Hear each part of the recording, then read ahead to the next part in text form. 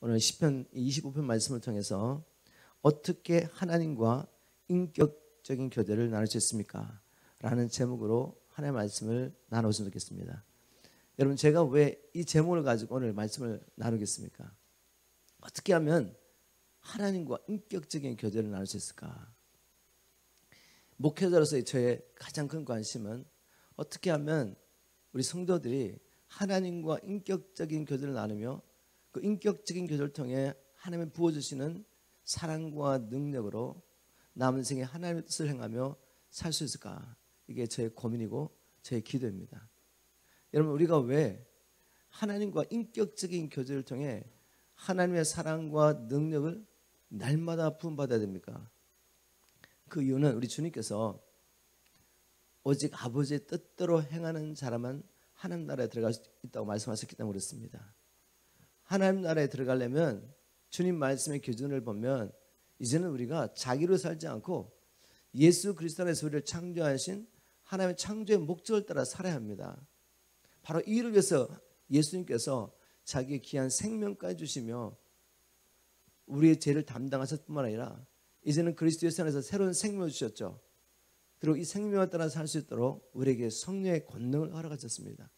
지금도 성령님은 우리 안에서 강력하게 역사하고 계시면서 우리를 이끌기를 원하시죠. 그런데 우리가 얼마든지 이 성령을 소멸하고 하나님께서 우리를 예배하시는 은혜를 거부하셨다는 것입니다. 열쇠는 뭔가 하면 우리가 날마다 믿음으로 하나님의 임재 안에 들어가서 하나님과 인격적인 교제를 통해 그날 필요한 하나님의 은혜와 능력을 받는 것이 너무나도 중요합니다. 그런 면에서 어떻게 하면 저뿐만 아니라 우리 모든 성도들이 날마다 실제적으로 하나님과 인격적인 교제를 통해서 하나님을 만나고 그분을 알므로 하나님께서 우리에게 주시는 이 힘과 능력을 통해서 사명을 감당할 수 있을까? 이게 저의 고민이었습니다. 그런데 성경에는 답이 있습니다. 우리 믿음의 사람들이 어떻게 하나님과 인격적인 교제를 나눴는지 특별히 시편 같은 말씀 속에 숨어 있는 거죠. 오늘 시편 25편은 다윗의 시편입니다. 하나님의 마음에 합했던 그 다윗은 어떻게 하나님과 인격적인 교제를 나누며 하나님과 동행하며 그 당대에 하나님의 뜻을 다 이루고 하나님 앞에 갈 수 있었을까? 오늘 20번 말씀을 통해서 다윗이 어떻게 하나님과 인격적인 교제를 나눴는지 한번 살펴볼 것입니다. 그리고 다윗이 하나님과 인격적인 교제를 통해 하나님을 경험했을 때 그 어떤 반응을 보였는지 또 말씀을 통해 살펴보겠습니다. 오늘 말씀을 통해 무엇보다도 저와 여러분 안에 하나님과 더 깊은 교제로 나아가기 원하는 간절한 마음이 불같이 일어나길 주님으로 축복합니다. 그리고 실제적으로 우리가 믿음으로 날마다 예수의 피를 힘입어 하나님 앞에 나가서 이 교제를 나누셔야 합니다. 그래서 우리에게 주신 이 사명을 다 감당하고 우리 모두 하나님 앞에 서게 되길 주님으로 축복합니다. 먼저 우리가 하나님과 인격적인 교제를 나누기 위해서 선행되어야 할 것이 있습니다. 하나님과 인격적인 교제가 왜 끊어지게 됐냐, 그죠? 하나님께서 처음에 모든 만물을 창조하시고 특별히 저와 여러분을 자기의 형상대로 창조하실 때는 우리와 사랑의 교제를 나누기 원하셨던 거죠. 우리를 다른 피조물과 달리 하나님의 자녀로 창조하시고 우리와 사랑의 교제를 나누기 원하셨습니다. 그래서 에덴에서는 하나님께서 지으신 사람과 함께 늘 동행하셨죠. 사람이 하나님과 교제하며 그렇게 살았습니다. 그것이 바로 천국이었는데 왜 이 교제가 끊어졌나요, 그죠? 우리가 창세기 3장을 통해 보면은 아담과 하와가 마귀의 미혹을 받고 하나님을 믿지 않고 하나님께 불순종하는 그 순간, 그것이 바로 죄가 되죠. 죄를 짓는 순간에 하나님부터 끊어지게 된 것이죠. 이사야 59장 2절에도 이렇게 기록하고 있습니다. 오직 너희 죄악이 너희와 너희 하나님 사이를 내었고 너희 죄가 그 얼굴을 가려서 너희를 듣지 않으시게 함이니라. 바로 하나님을 믿지 않는 죄, 하나님을 믿지 않음으로 하나님께 불순종하는 그 죄가 하나님과 우리 사이를 끊어놓은 것입니다. 그래서 하나님께 나아가서 교제할 수 없는 존재가 된 것이죠. 여러분, 이것을 그냥 가볍게 여기시면 안 돼요. 하나님 앞에 나아가서 하나님과 교제할 수 없다는 것은 곧 영원한 죽음을 의미합니다. 생명이신 하나님 앞에 나가서 그분과 연합하여 그분과 교제할 수 없다는 것은 이제 영원한 심판을 피할 수밖에 없다는 것이죠. 이런 우리가 어떻게 다시 하나님과 교제할 수 있는 이 영광과 특권의 자리에 들어갈 수 있었습니까? 물론 영생과 함께 하나님 앞에 나가서 그 의로우신 하나님 앞에 죄인이 의인으로 서서 하나님과 교제할 수 있는 자리에 들어갈 수 있게 된다 이거죠. 하나님께서는 하나님의 열망을 이루시려고 기꺼이 자기 아들 예수 그리스도를 우리를 대신한 화목제물로 삼으시고 그분 안에서 우리가 구속을 받게 한 것입니다. 구속이라는 것은 값을 지불하고 산다는 것이죠. 죄로 말미암아 사단의 죄의 권세에 들어가서 노예가 된 우리를 사셔서 흠도 없고 티도 없는 의로운 자로 세우셔서 하나님과 교제하기 위해서 하나님은 기꺼이 자기 아들의 생명을 내어놓으셨습니다. 정말 이 복음이 우리 안에 풀어진다면 우리의 삶은 바뀌겠습니다. 무엇보다도 우리가 이제는 하늘과 땅을 창조하신 영원하신 전능하신 위대하신 이 하나님께 언제든지 그리스도 예수 안에서 그분을 힘입어 확신을 가지고 담대히 나갈 수 있다는 이 믿음이 있다면 어떻게 되겠습니까? 아마 우리의 삶이 지금 같지 않을 겁니다. 반드시 변화될 것입니다. 여러분 한번 생각해 보십시오. 이 나라의 대통령, 주지사 이분들 뿐만 아니라 우리가 살고 있는 도시의 시장에게도 나갈 수 있는 길이 없습니다. 여러분 시장을 만나고 싶다고 그래가지고 전화해가지고 나 누구누구 어디 사는 이 도시의 시민인데 한번 만날 수 있겠습니까? 만나주겠습니까? 당신 누구냐고 물을 겁니다. 아마 대통령 놔두고 이 캘리포니아 주지사를 놔두고 시장도 만나기 힘들다는 말이에요. 우리가. 그런데 이런 세상의 권세자들과는 비교할 수 없는 영원하신 하나님, 천군 천사가 경배하고 두렵고 떨 수밖에 없는 그 하나님께 우리가 자녀가 됐기 때문에 예수의 피를 입어 언제든 나가서 그분에게 우리의 사정을 알릴 수 있는 겁니다. 그리고 그분은 언제든지 우리를 기다리며 우리와 교제하기 원하시고 아버지의 나라와 아버지의 뜻을 위해서 무엇이든지 우리에게 다 주기를 원하시는 하나님. 그 하나님과 실제적인 교제가 이루어지고 그리고 우리가 구하는 것을 받게 된다면 우리 삶의 지금 같을까요? 같지 않을 것입니다. 그런데 예수님은 그렇게 사셨습니다. 사람의 시각으로 보면 가난한 목수였지만 그분은 자신 안에 뭐가 있죠? 나는 하나님의 아들이라는 확신이 있었습니다. 그래서 날마다 아버지 앞에 나가서 아버지와 교제하면서 아버지가 하신 일을 보았고 아버지가 하라고 하신 일을 믿음으로 순종할 때 우리 예수님을 통해 어떤 일이 일어나는 것을 우리가 알고 있죠. 그런데 주님이 이렇게 말씀하십니다. 너희가 나를 믿으면 내가 하는 일을 너희도 할 수 있다. 이보다도 더 큰 일을 할 수 있다. 왜요? 우리도 그리스도 안에서 하나님의 아들들이 되기 때문에 하나님의 자녀가 되기 때문에 하나님의 자녀이기 때문에 하나님께서 성령을 보내주셔서 지금도 성령께서 우리 안에서 지극히 크신 능력을 역사하고 있습니다. 우리가 하나님의 자녀이기 때문에 하나님의 천군 천사를 동원하셨어요. 근데 우리는 이 영광과 특권을 누린 법을 잘 모르고 있는 것 같습니다. 오늘 말씀을 통해 다시 한번 우리가 어떤 존재인지 깨닫고 무엇보다도 하나님과 인격적인 교제를 나누기 위해서 하나님께서 예배하신 방법이 뭔지 찾아서 이 은혜의 방편을 통해 날마다 믿음으로 성령 안에서 아버지 앞에 나아가서 아버지와 교제하며 아버지의 말씀을 깨닫고 아버지가 하신 일을 보고 우리가 믿음으로 예수님처럼 또 믿음의 선진들처럼 이 시대에 하나님 나라와 역사를 가는 저와 여러분 되기를 주님을 축복합니다. 이 시편 25편으로 들어가서 그러면 다윗은 어떤 방법을 통해서 하나님과 인격적인 교제를 나눴습니까?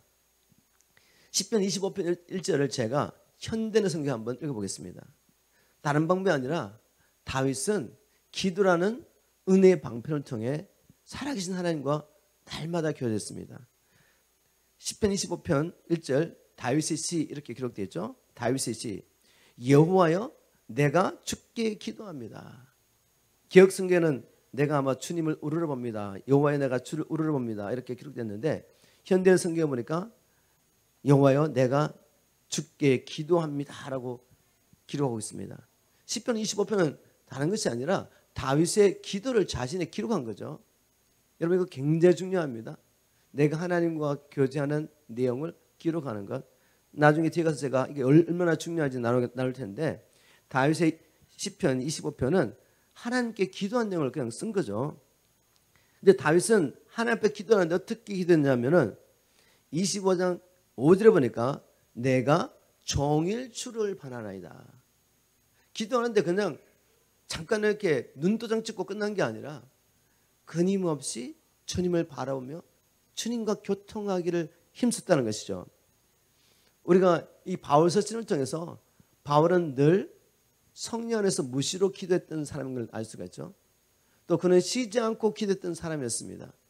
자신이 하지도 않는 일을 교회에게 하라고 말하지 않을 거니까 바울은 성령 안에서 무시로 기도하며 쉬지 않고 기도했던 사람입니다. 그런데 성경에 보니까 믿음의 사람들은 이 비밀을 깨달았던 거죠. 기도하는데 끊임없이 주님을 바라보고 주님 앞에 기도했습니다. 우리는 바로 이 기도를 통해 하나님과 교제하게 된 것입니다. 기도를 통해. 자, 그런데 기도를 통해 하나님과 교제할 때 무엇을 통해 또 기도를 하냐면은 말씀을 통해 하나님과 기도하고 하나님과 교제하는 것을 알 수가 있죠. 시편 25편 4절을 보겠습니다. 다윗이 하나님 앞에 나가서 하나님을 바라보면서 끊임없이 주님 앞에 기도하면서 뭐라고 고백했냐면 여호와여 주의 도를 내게 보이시고 주의 길을 내게 가르치소서. 주의 진리로 나를 지도하시고 교훈하소서. 주는 내 구원의 하나님이시니 내가 종일 주를 바라나이다. 자, 우리에게 한번 이렇게 적용해 보겠습니다. 우리가 언제 이런 기도를 드리죠? 하나님 말씀을 열어놓고 이 말씀을 통해 하나님과 교제하기 전에 주님 앞에 기도하죠. 주님, 저의 눈을 열어서 주님의 말씀의 귀한 법을 보게 도와주십시오. 주님, 나를 진리가로 인도하십시오. 주님, 나를 가르치십시오. 바로 말씀 붙잡고 이렇게 기도하는 것입니다. 저는 다윗이 이렇게 기도했다고 믿습니다. 자, 그런데 시편 25편에 보면 잘 나타나고 있지 않지만 이 시편 또 119편에 보면 믿음의 사람들이 말씀을 붙잡고 기도하면서 하나님의 인도를 기다렸다는 것을 알 수가 있습니다. 자신이 지금 기도하고 있는 어떤 영역, 지금 어떤 상황 가운데서 구원이 필요합니다. 그럴 때 하나님 앞에 하나님의 구원을 기다리며 뭘 기다렸냐면 말씀을 기다렸던 거예요. 말씀을 기다리면서 이 말씀 붙잡고 기도했던 것을 우리가 알 수 있는데 제가 한번 시편 119편 읽어보시면 바로 이게 하나님의 말씀을 사모하면서 믿음의 선진들이 말씀으로 기도했던 내용이 나오는데 두 절만 제가 인용하겠습니다. 시편 119편 81절과 82절입니다. 나의 영혼이 주의 구원을 사모하기에 피곤하오나 나는 오히려 주의 말씀을 바라나이다. 자기 영혼이 하나님의 구원을 기다리고 있습니다. 그런데 어떻게 구원을 받기 원했냐면 말씀을 통해 구원받기 원했죠. 82절 보니까 나의 말이 주께서 언제나 나를 안위하시겠나이까 하면서 내 눈이 주의 말씀을 바라기에 피곤하나이다. 여러분 어떻게 이 시편 기자들 믿음의 선진들이 하나님께 나와서 인격적인 교제를 할 때 어떻게 기도한가 아시겠습니까? 바로 부지런히 하나님의 말씀을 읽고 묵상하면서 하나님이 주시는 말씀을 기다렸던 것입니다. 여러분 우리의 이 육체는 밥을 먹어야 살지만 영원한 우리의 영혼은 하나님에서 나오는 말씀을 먹을 때 살 수가 있는 거죠. 육신의 질병의 80% 이상이 다 마음의 병으로부터 오는 거죠. 마음이 무너지면 육신도 무너지는 것입니다. 내 삶이 다 무너지는 것이죠. 그런데 환경이 바뀌지 않아도 내 영혼이 주님의 말씀을 먹게 되면 하나님 주시는 말씀을 먹게 될 때 살아납니다. 내 영혼이 살아나면 나의 죽어 있는 환경도 바뀌게 되죠. 여러분 이 비밀은 아십니까? 믿음의 선진들 다윗을 포함하여 모든 믿음의 선진들이 바로 이런 방법을 통해 인격적으로 하나님과 교제했다는 것을 꼭 기억하십시오. 너무 특별한 방법을 구하지 마십시오. 성경에 기록되어 있는 믿음의 선진들이 하나님을 만났을 때 특별한 방법으로 천사의 방문을 받거나 환상을 보거나 꿈을 통해 인도를 받는 것들은 특별한 케이스입니다. 다시 말해서 다윗 같은 사람도 환상을 통해 주님의 인도를 받은 게 아니에요. 다윗같이 하나님의 마음에 합한 자도 우리와 똑같은 방법으로 하나님 앞에 기도함으로 나가서 말씀 붙잡고 하나님을 기다리고 하나님의 인도를 받고 하나님의 능력과 은혜를 경험했습니다. 여러분, 이것을 우리가 매일매일의 삶 가운데 경험해야 되는데 왜 하나님과 인격적인 교제를 나누는 것이 이렇게 중요한지 한번 살펴보겠습니다. 여러분, 하나님과 인격적인 교제를 나누는 목적이 무엇입니까? 신비한 체험입니까? 어떤 특별한 능력을 받아서 사람들이 내가 이렇게 능력 있는 주의 종이라는 인정을 받기 원합니까? 여러분, 아무리 신비한 체험을 하고 우리의 삶을 통해 초자연적인 능력이 나타나도 우리가 하나님을 알지 못함으로 영생을 얻지 못한다면 무슨 소용이 있겠습니까? 하나님 앞에 나아가서 하나님과 인격적인 교제를 나누는 목적은 다른 것이 아닙니다. 하나님을 아는 것입니다. 여러분 믿습니까? 하나님을 아는 것이에요. 그런데 우리가 사람의 지혜로 하나님을 알 수가 있습니까? 성경에 뭐라고 기록하고 있습니까? 다윗이 뭐라고 그랬죠? 하나님의 지혜에 있어서는 사람의 자기의 지혜로 하나님을 알 수가 없다. 하나님을 알아야 영생인데 사람이 아무리 애를 쓰고 노력하고 열심히 공부를 해도 아무리 성경을 읽고 공부를 해도 연구를 해도 하나님을 알 수가 없어요. 하나님을 아는 길은 어떤 길입니까? 오직 성령을 통해서입니다. 오직 성령을 통해 하나님께서 우리에게 자기를 알리십니다. 그래서 우리가 성령님과 교통해야죠. 그죠? 성령님과 잘 사귀어야 합니다. 자, 그러면 성령님께서 어떤 방법을 통해 어떤 도구를 통해 우리에게 자기를 알리시겠습니까? 하나님을 알리시겠어요?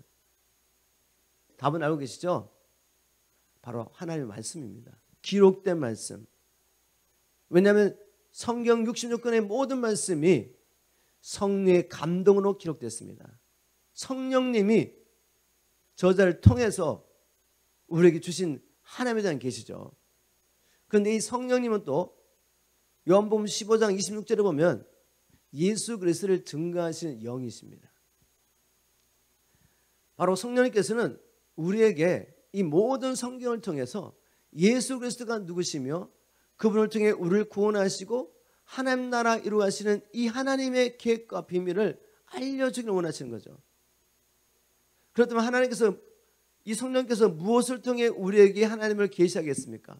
하나님과 하나님의 계획을 바로 성경 말씀이죠. 다른 방법을 쓰시겠습니까? 우리가 어떤 초자연적인 방법을 통해서 뭔가를 경험하고 보았더라도 최종적으로 어디로 와야 됩니까?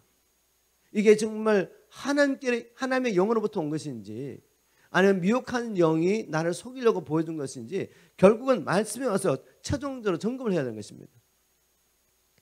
그래서 우리가 인격적인 교제를 나눈다고 말할 때 어떤 초자연적인 것을 추구하시면 위험하다는 것이죠. 물론 하나님께서 초자연적인 경험을 할 수가 있습니다. 우리에게 허락할 수 있어요. 그렇지만 하나님의 말씀을 알지 못하고 어떻게 분별하겠습니까? 그리고 초자연적인 것을 경험한다고 해서 그걸 통해 우리가 구원받는 것도 아니고 우리에게 필요한 것은 어떤 것입니까?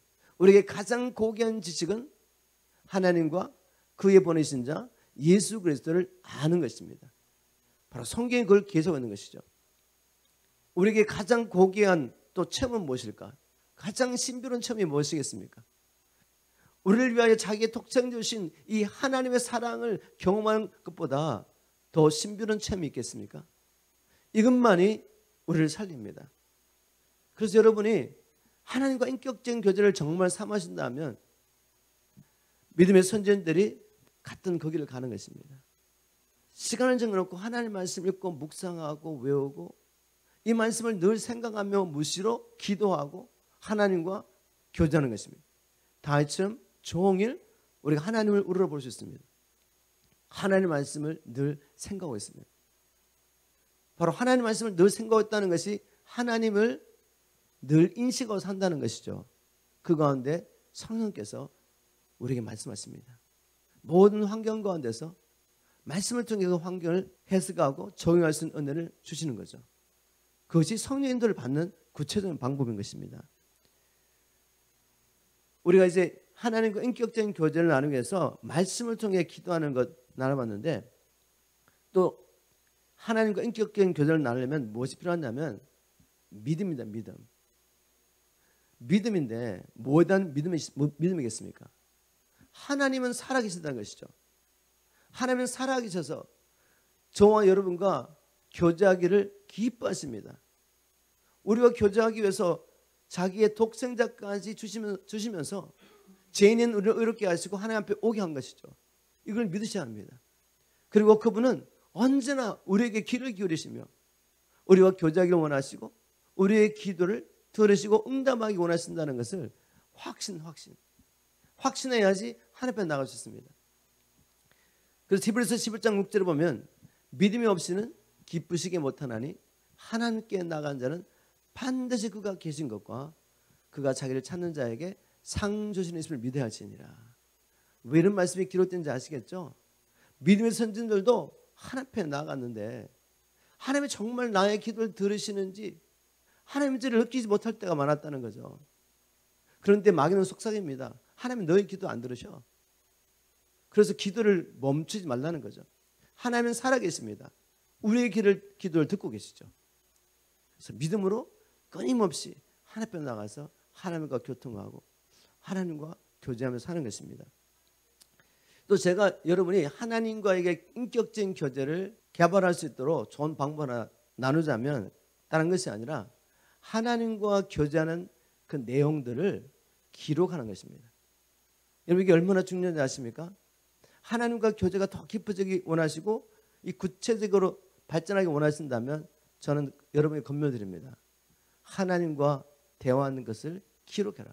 내가 어떤 기도를 들었고 하나님 어떤 감동을 주셨고 하나님께서 말씀을 열어서 뭐라고 말씀하셨는지를 습관을 따라 적는 것이죠. 여러분 이 다윗의 시편에 기록된 이 모든 말씀들, 성경에 기록된 기도들, 이런 것들 기록하지 않았다면 우리가 어떻게 할 수가 있겠어요? 그죠? 다윗이 자기의 시편을 기록한 겁니다. 자기의 글을, 하나님과 교제한 내용을. 제가 말씀 묵상하다가 제가 처음 주님 만났을 때 주님께서 늘 영성 일기를 쓰게 하셨습니다. 주신 말씀들을 또 늘 이렇게 기록하게 하셨어요. 이게 너무 많아가지고 한 수십 년 동안 이사 다니면서 많은 부분을 버렸어요. 제가 버렸는데 지금 돌이켜보면 너무 억울한 거예요. 왜냐하면 지금 남아있는 것들 제가 어제도 한 몇 장 읽어봤는데 제가 깜짝 놀랐습니다. 아, 내가 이렇게 하나님과 교통했구나. 하나님과 교통한 내용들을 기록한 거죠. 하나님 인도를 받아가 사역하면서 그 사역지에 갔을 때 그곳에서 기도하면서 하나님 주셨던 마음, 그리고 그때 있었던 영적인 분위기, 어떤 일이 일어나는 것을 늘 기록한 거죠. 가끔씩 제 와이프는 제 일기장을 열어봅니다. 이렇게 읽어보면서 아, 하나님께서 정말 당신에 이렇게 말씀하셨고 이 말씀들 하나님께 우리를 끌어오셔서 이렇게 고백하는 이야기를 듣습니다. 여러분 이런 것들이 얼마나 우리에게 믿음을 준지 아십니까? 아, 하나님은 정말 이렇게 우리와 교통하고 계셨구나. 나와 교통하고 계셨구나. 그리고 이렇게 말씀하시고 이렇게 이루어졌구나. 내 생각인 줄 알았는데 여러분 다 적고 과거를 돌아보면 20년, 30년 전을 바라보면 하나님이 정말 우리와 교통하셨어요. 저와 교통하셨습니다. 그걸 볼 수가 있습니다. 여러분이 하나님 인격적인 교제가 더 깊어지시려면 전 여러분에게 권면을 합니다. 습관적으로 쓰는 훈련을 하시라고요. 제가 이제 훈련을 시킬 때 가장 중요한 게 이제 매일매일 주님과 경건 훈련하면서 여러분 하나님과 교제한 내용들을 기록해서 우리 함께 모일 때 한번 나눕시다. 또 하나님 말씀 주신 말씀을 나누고 자꾸 써라고 이야기하죠. 어떤 분들은 한두 줄 써서 이렇게 보내요. 어떤 분들은 정말 깊이 하나님 말씀 묵상하고 교제하고 이렇게 제게 보냅니다. 이 쓰는 것이 이렇게 중요하구나 걸 알게 됐어요. 제가 여러분의 권면 드립니다. 하나님 앞에서 하나님이 주신 말씀을 감동을 주셨어요. 그러면 잠깐 생각하고 쓰지도 않고 끝나는 사람. 어떤 사람은 한두 줄 쓰고 끝나버려요. 어떤 사람은 한 장, 두 장을 써요. 그럼 한 장, 두 장을 쓰는 동안에 뭐가 있는 거죠 지금? 하나님 앞에 머물러 있는 것입니다.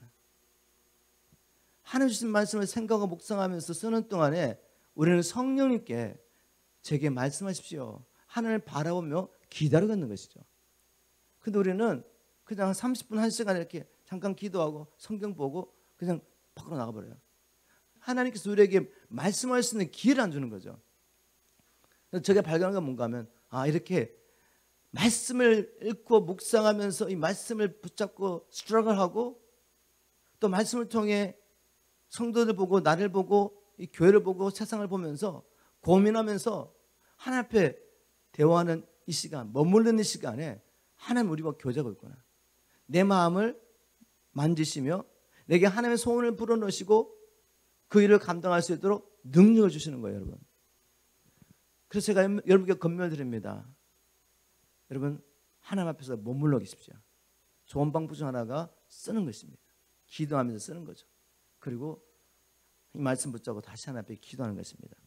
이렇게 우리가 하나님과 교제를 훈련할 수 있습니다. 인격적인 교제 반드시 필요하죠. 이제 다윗이 이렇게 말씀 붙잡고 종일 주님을 바라보면서 기도하다가 하나님을 만나게 되죠.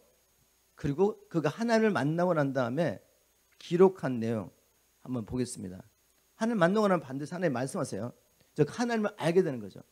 그리고 자신을 알게 됩니다. 하나님과 인격적인 교제를 통해 하나님을 발견한 자는 하나님만 아는 것이 아니라 자기를 발견하게 되죠. 그리고 자기 인생의 가장 중요한 것이 무엇인 줄 알고 그것을 구하게 됩니다.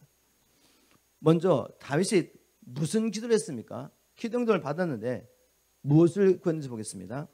2절 3절에 이렇게 기록하겠습니다. 나의 하나님이여 내가 주께 의지하였사오니 나로 부끄럽지 않게 하시고 나의 원수로 나를 이겨 개가를 부르지 못하게 하소서. 3절에 주를 바라는 자는 수치를 당하지 아니하려니와 무고히 속이는 자는 수치를 당하리이다. 여호와여 주의 도를 내게 보이시고 주의 길을 내게 가르치소서. 말씀 묵상하면 다윗이 무엇을 구했는지 알 수 있습니다. 주님, 저 부끄럼 당하지 않게 도와주십시오. 주님, 저 수치를 당하지 않게 도와주십시오. 그래서 뭘 구했습니까?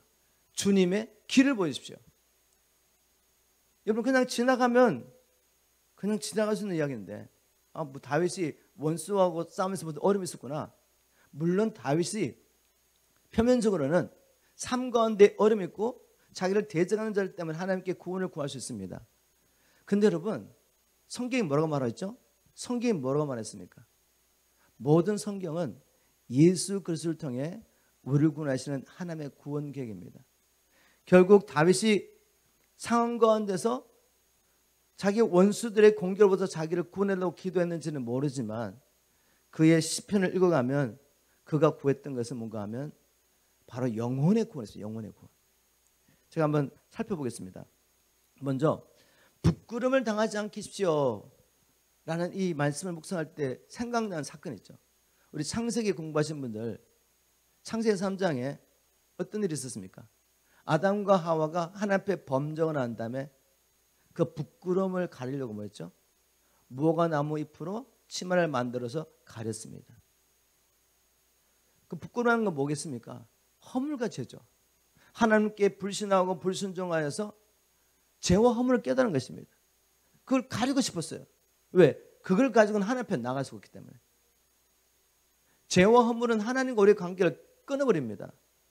그래서 그걸 가려보고 나가보려고 했지만 사람의 힘과 노력과 방법으로는 죄와 허물의 문제 해결할 수 없죠.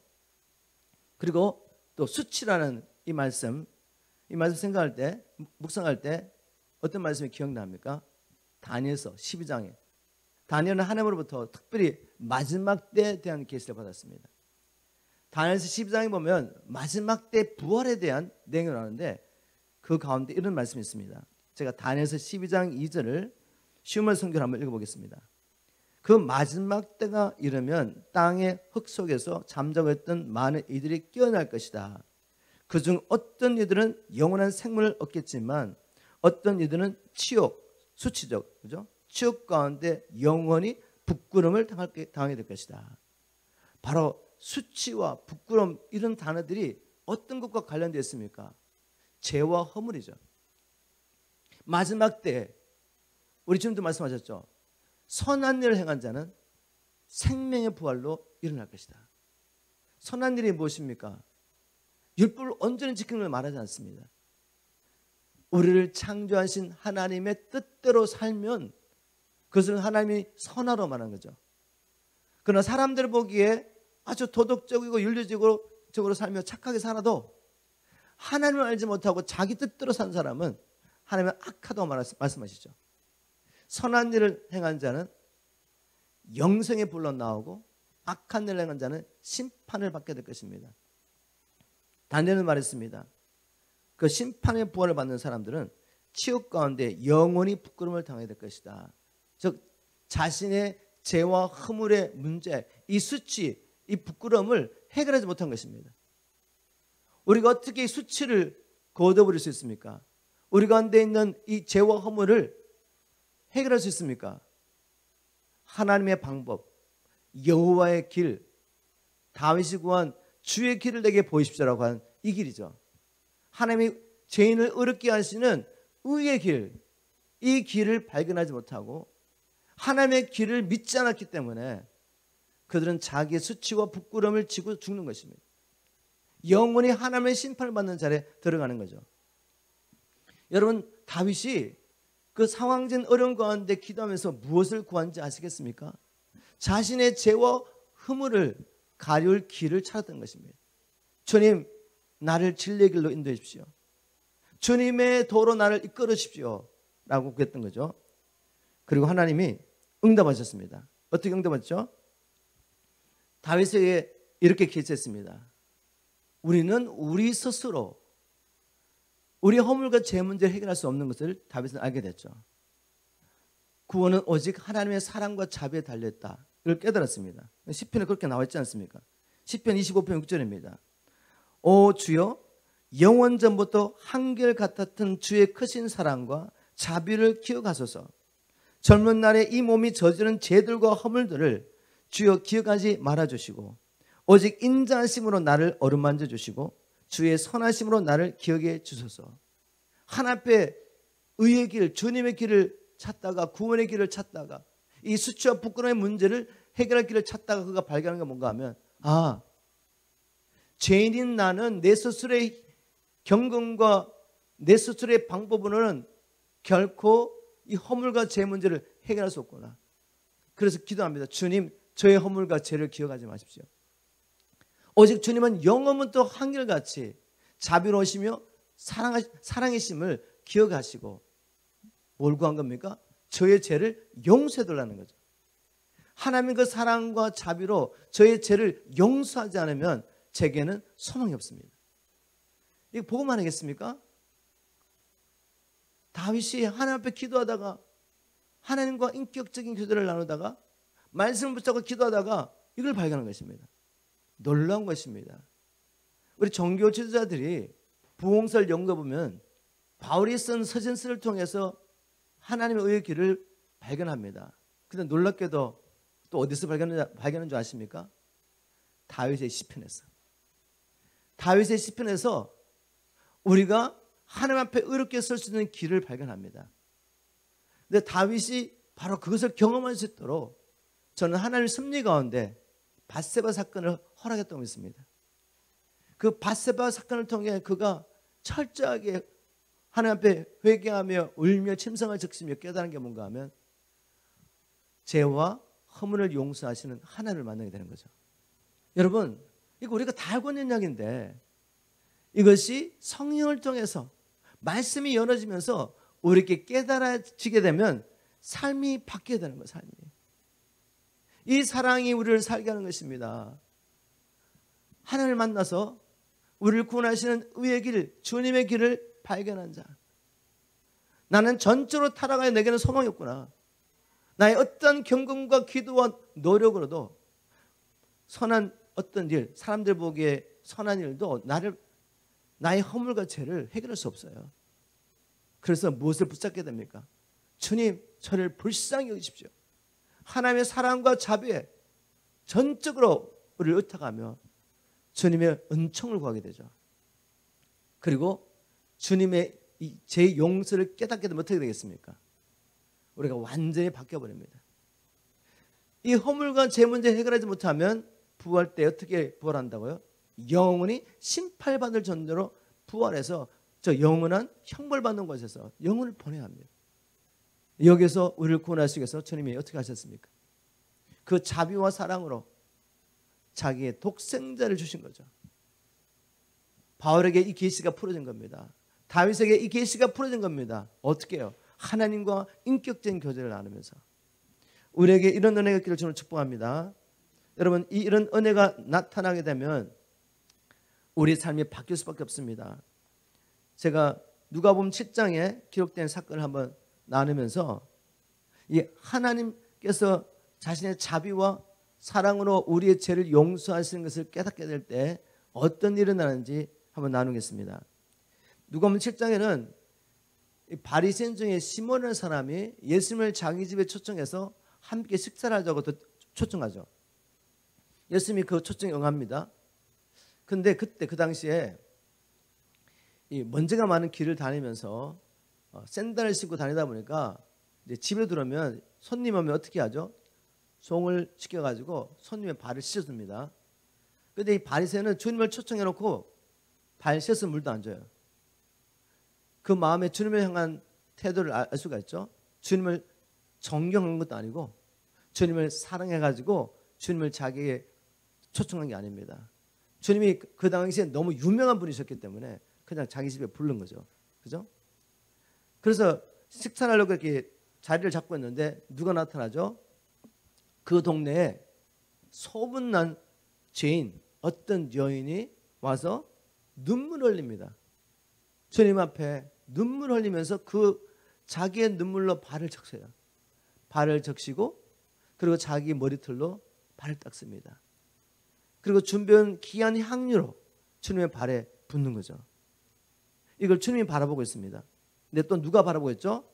시몬, 바리새인 시몬이 바라보면서 속으로 주님을 경멸합니다. 예수가 정말 선지자 맞아? 저 여자 이 동네 정말 소문난 죄인인데 어떻게 자기가 하나님께로부터 선지를 하면서 그 죄인과 함께 할 수 있어? 이렇게 뭐 경멸하고 있었죠. 그걸 주님이 아십니다. 주님이 아시고 시몬에게 이렇게 비유로 말씀하시죠. 제가 누가복음 7장 41절부터 현대의 성경 한번 읽어보겠습니다. 돈노라는 어떤 사람에게 빚을 진 두 사람이 있었는데 하나는 500데나리온 하나는 50데나리온 빚을 졌다. 둘 다 빚을 갚을 돈이 없으므로 돈노라는 사람은 그들의 빚을 모두 면제해 주었다. 그러므로 그 두 사람 중에 누가 더 그를 사랑했느냐라고 바리새인 시몬에게 묻습니다. 그때 이 바리새인이 아주 정답을 말하죠. 그거 너무 쉬운 질문인데요. 제 생각에는 더 많이 면제받은 사람입니다. 그래서 예수님 말씀하십니다. 내 말이 맞다. 하시고 이제 이 여인과 바리새인 이 시몬을 비유하며 이렇게 말씀하는 거죠.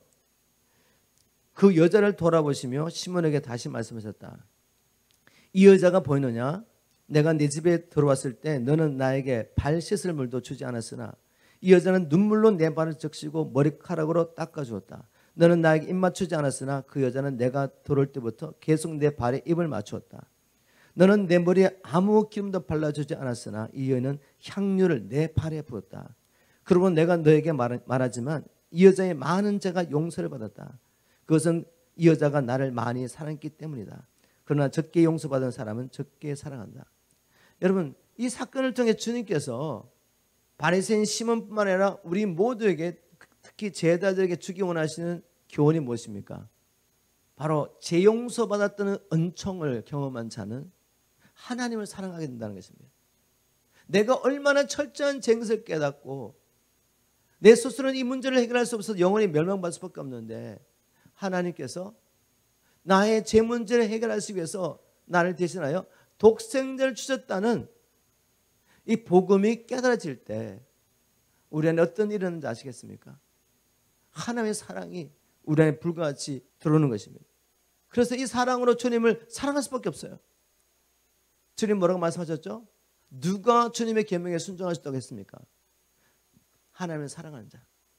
나의 계명을 가지고 지키는 자의 나를 사랑하는 자니 주님을 사랑하는 자는 주님의 계명에 순종할 수 있습니다. 여러분, 왜 우리가 날마다 습관을 따라 하나님 앞에 말씀과 기도로 나가서 인격적인 교제를 통해 하나님을 배워야 되는지 아시겠습니까? 그 하나님의 사랑의 넓이와 길이와 높이와 깊이가 어떠함을 알기 위해서 하나님 앞에 기도하고 부지런히 성경을 열어서 하나님 오늘도 제 눈을 열어 주님의 말씀의 법을 보게 도와주십시오. 주님의 그 사랑과 우리를 향하신 또 이 세대를 향하신 하나님의 계획을 보여달라고 주님 앞에 기도하는지 아시겠습니까? 이런 인격적인 하나님과 만남을 통해 하나님의 사랑이 우리에게 부어지지 않으면 아무도 주님의 말씀에 또 주신 사명에 순종하면서 살 수가 없기 때문에 그렇습니다. 이것은 해도 되고 안 해도 되는 것이 아니라 반드시 해야 할 일이죠. 다윗이 하나님과 인격적인 교제를 통해서 이 구원의 길을 발견했습니다. 그리고 다윗이 또 뭘 발견했냐면 하나님이 누구에게 이런 것들을 계시하는지 알게 됐습니다. 하나님 누구에게 자기의 길을 계시하십니까? 예수 그리스도를 통해 우리를 구원하시는 하나님이 놀라운 구원 계획, 성경에 다 기록되어 있지만 또 제가 만날 때마다 복음을 선포해도 어떤 분들은 이게 닫혀드는 것이죠. 예수님 당시에 바리새인과 율법사들은 이 성경을 얼마나 부지런히 연구했습니까? 우리가 알고 있는 구약 성경을 다 외우고 그걸 지키면서 그것을 통해 의롭다함을 받고 사람에게 인정받으려고 얼마나 몸부림쳤습니까? 어쨌든 성경을 열심히 부지런히 연구한 거죠. 그런데 그들에게 이 복음이 가려져 있습니다. 아무에게나 열린 게 아니란 말이죠. 아무리 성경을 연구하고 박사학위를 받아도 성경은 닫혀질 수 있습니다. 다윗은 깨달았습니다. 하나님께서 누구에게 이 천국 비밀을 보여주시는지. 시편 25편 10절입니다. 신문 성경. 진실로 주의 언약과 주의 계명을 잘 지키는 사람에게 주의 모든 길은 진리요 사랑입니다. 또 14절에 이렇게 기록했습니다. 주께서 주를 경외하는 자에게 친밀함을 가지시어 그에게 자신의 속뜻을 알려주시고 자신의 언약의 비밀을 보여주실 것입니다. 다윗은 뭘 깨달았죠? 하나님의 길, 죄인을 어렵게 하시는 하나님의 이 길, 이 길은 하나님의 말씀에 순종하는 자, 하나님을 경외함으로 하나님의 말씀에 순종하는 자에게 하나님은 이 비밀을 계속해서 보여주시는 거죠. 이 비밀이 보여지니까 다시 순종할 수가 있게 되는 것입니다. 이 관계를 아시겠습니까? 하나님께 순종한 자에게 하나님이 이 비밀을 보여주세요. 이 비밀을 발견한 자는 다시 하나님의 부어주신 은혜와 사랑을 깨닫고 하나님께 순종해야 되는 것입니다. 저와 여러분이 부지런히 성경을 연구하고 또 여러 가지 훈련을 받으면서 무엇을 구하는지 여러분 자신이 한번 살펴보십시오. 내가 이런 것들을 경험하고 다른 사람에게 뭔가를 보여주기 원하는 건지 아니면 정말 순종하기 원하는지. 여러분 우리 순종해야 합니다. 하나님 앞에 순종하는 것이 우리가 또한 사는 길이죠. 무엇보다도 하나님 뜻대로 우리를 지으신 예수 그리스도 안에서 우리를 창조하신 목적대로 우리가 이제는 복음과 그리스도에서 하나님 나라만 구하며 살 때 아버지 하나님께서 우리를 통해 영광을 받으시게 됩니다. 자, 이제 다윗은 비밀을 깨달았습니다. 내가 구원받을 수 있는 길은 하나님의 자비와 하나님의 사랑을 붙잡는 길밖에 없다. 주님 외에는 다른 길이 없다. 그래서 시편 25편 15절에 보면 다윗이 이렇게 고백합니다. 나의 두 눈이 애타도록 주를 바라보는 것은 오직 주님만이 원수의 올무에 걸려든 나의 두 발을 빼내어 자유롭게 해주실 것이기 때문입니다. 여러분 다윗은 왕의 왕, 근성과 능력이 있습니다. 그런데 오직 주님만이 나를 원수의 올무에서 구원했다고 믿고 하나님만 구한 것입니다. 우리 삶 속에 적용하는 것이죠. 지금 여러분의 발목을 붙잡고 있는 게 무엇입니까? 하나님 뜻대로 살아야 되는데 살지 못하게 붙잡고 있는 것. 주님, 내가 이 문제 해결하고 주님 앞에 나가서 주님을 섬기겠습니다. 이 문제가 있는 동안은 제가 주님을 섬길 수 없습니다. 늘 그렇게 고백하면서 여러분의 힘과 능력 그 문제 해결하려고 하십니까? 영적으로 보면 묶여 있는 것이죠. 지금 마귀가 세상적인 것을 통해 여러분을 묶고 있는데, 그게 경제의 문제, 육신의 문제일 수 있지만 결국은 무엇을 붙잡아 놓은 것입니까? 여러분의 영혼을 붙잡아 놓은 거죠. 바울은 복음 전하다가 감옥에 갇혔습니다. 근데 바울이 디모데후서에 뭐라고 기록했죠? 자기 영적인 아들에게, 내가 복음을 전하다가 이렇게 감옥에 갇히게 된 신세가 됐지만 그러나 하나님의 말씀은 매이지 않았다. 우리 이렇게 고백할 수 있을까요? 우리가 하나님 뜻대로 살지 못한다면 그것은 외적인 문제가 아닙니다. 영혼의 문제죠. 내 영혼이 묶여 있는 것입니다. 어떻게 우리가 자유할 수 있습니까? 하나님만이 우리를 풀어놓을 수 있습니다. 어떻게 해야 됩니까? 다윗처럼 고백하는 거죠. 내 두 눈이 애타도록 주를 바라보는 것은 오직 주님만이 원수의 올무에 걸려든 나의 두 발을 빼내어 자유롭게 해 주실 수 있기 때문입니다. 주님 외에는 다른 방법이 없습니다. 간절히 주님을 기다리는 것입니다. 환경이 바뀌기를 기다리는 것이 아니라 내 마음이 자유하기를 기도하는 거죠. 어떻게 해요? 주님이 말씀을 보내십니다. 말씀을 보내셔서 위경에 있는 나를 구원하시는 거죠. 그러면 내 영혼이 자유하게 되면, 주님의 말씀을 깨닫고 말씀에 순종함으로 내 영혼이 자유하게 되면 환경 정복할 수 있죠. 환경이 바뀌지 않아도 그 어려운 환경이 오히려 더 하나님의 은혜 안에 머물게 하는 방편이 되는 것입니다. 그래서 감옥 안에서도 하나님께 감사와 찬양을 줄 수 있는, 이것이 성도의 삶이 아닙니까? 이것이 하나님께서 우리에게 주기 원하시는 영광스러운 자녀의 삶인 것입니다. 이렇게 살아내기를 주님을 축복합니다. 자, 마지막 한 가지만 나눠볼 텐데, 다윗은 자신의 구원을 위해서 기도하다가 이제 뭐가 보이죠? 자기 민족이 보입니다. 민족이. 이스라엘 민족. 그래서 시편 25편 20절부터 22절 보겠습니다. 내 영혼을 지켜 나를 구원하소서. 내가 주께 표하니 수치를 당치 말게 하소서. 내가 주를 바라오니 성실과 정직으로 나를 보호하소서. 이렇게 기도하다 갑자기 기도가 확 바뀌었어요. 하나님이여, 이스라엘을 그 모든 환난에서 구속하소서. 구속이라는 말은 값을 주고 값을 지불하고 산다는 말이에요. 이스라엘 민족의 구원에서 기도한 것입니다. 우리가 여기까지 가야죠. 여기까지. 언제까지 내 영혼의 구원, 내 문제 놓고 기도하겠습니까? 물론 하나님께서 그 어린이를 통해서 우리가 구원받는 자리를 얻도록 하나님 앞에 나오고 하나님을 알게 하실 수가 있죠. 그런데 우리의 죄를 용서하시고 우리를 구원하시는 이 하나님의 은혜를, 사랑을 경험한 자는 이제는 거기에 머무르지 않습니다. 구원받지 못한 영혼이 보이는 거죠. 여러분, 우리 민족, 한민족 복음을 받아들인 지 얼마 되지 않습니다. 뭐 130년 정도 될까요? 우리 복음을 받아들인 우리 조상들이 그때 상황이 어땠습니까? 조선 말기 얼마나 가난했습니까? 그리고 한일 합방이 나서 일본의 식민지가 됐죠. 6.25 사변 터졌죠. 얼마나 가난하고 얼마나 어렵습니까? 세계에서 가장 가난한 나라 중에 한 나라였습니다. 언제요? 70여 년 전에, 80여 년 전에. 그때 우리 믿음의 조상들이 뭐라고 기도한지 아십니까? 주님, 이 형편 좀 풀어주십시오. 우리도 좀 배불리 먹게 살게 해주십시오. 이렇게 기도하지 않았습니다. 저 어릴 때 기억나요. 우리 어머님하고 함께 부흥집회 다니고 철학기도 했던 거. 부흥집회하고 철학기도 하면서 뭘 구했죠? 잘 먹고 잘 살라고 기도한 게 아니에요. 하나님이요, 이 민족을 우리에게 주십시오. 민족 복음화해서 기도한 겁니다. 이 민족 하나님 백성되게 도와달라고. 그렇게 됐죠. 그리고 거기서 멈췄습니까? 열방이 죽게 더러도 기도한 거죠. 그 믿음의 조상들의 기도를 들으시고 그 일을 감당할 수 있도록 하나님이 한강의 기적을 허락하셨습니다. 하나님 사람을 사용하셨지만 뭐 사람이 그렇게 노력한다고 되겠어요?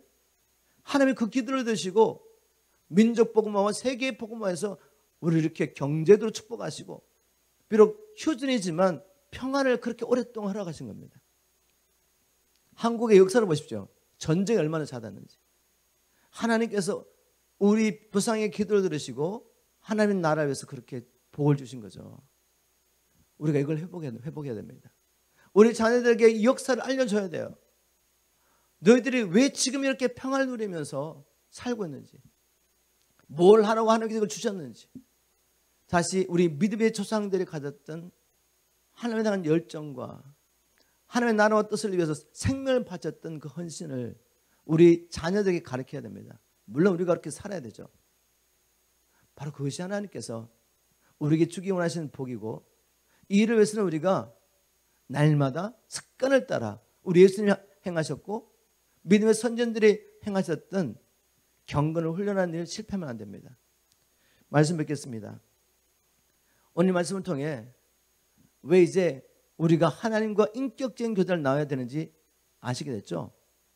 하나님과 인격적인 교제를 통해 하나님을 알미 없이는 아무도 하나님의 말씀에 순종할 수 없습니다.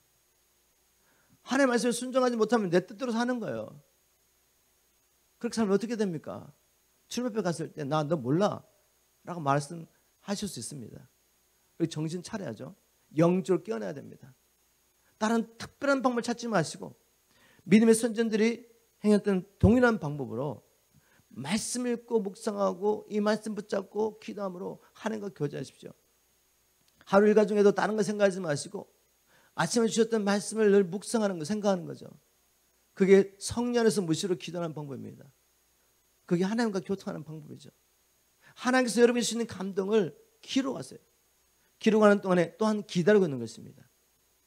이렇게 우리가 하나님을 알고 하나님이 주시는 이 사랑과 하나님의 은혜와 능력을 받아야지 우리 주신 사명을 감당하고 하나님 앞에 설 수가 있는 것이죠.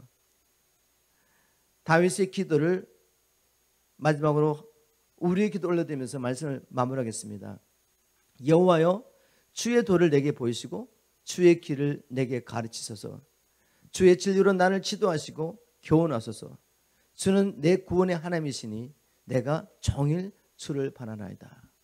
이 기도가 저와 여러분의 기도가 되기를 주님 축복합니다.